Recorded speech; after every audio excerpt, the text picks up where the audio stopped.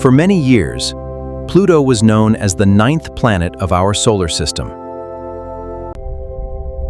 But in 2006, scientists changed its status. The International Astronomical Union created a new definition for a planet. An object must meet 3 requirements to be called a planet.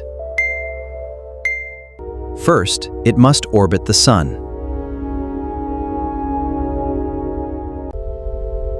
Second, it must have enough gravity to become nearly round.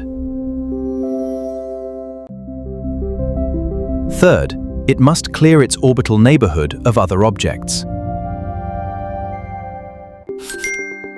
Pluto passes the first 2 tests.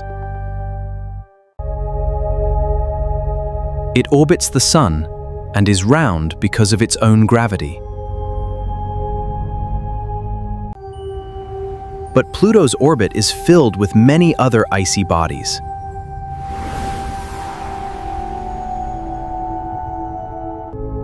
This region is called the Kuiper belt.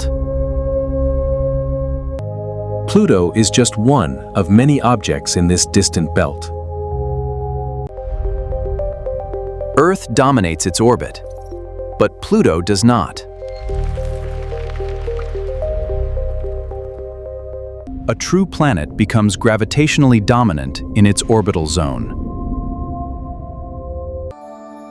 Pluto shares its neighborhood with countless other icy objects. So scientists classified Pluto as a dwarf planet. Pluto belongs to a group that includes Eris, Haumea, Makemake, and Ceres. The discovery of Eris, which is similar in size, helped trigger the debate. Astronomers realized that many Pluto-like objects might be found. Without a new definition, the number of planets could keep increasing. Even though it is not a planet, Pluto is still a fascinating world. It is now officially classified as a dwarf planet because it has not cleared its orbital neighborhood.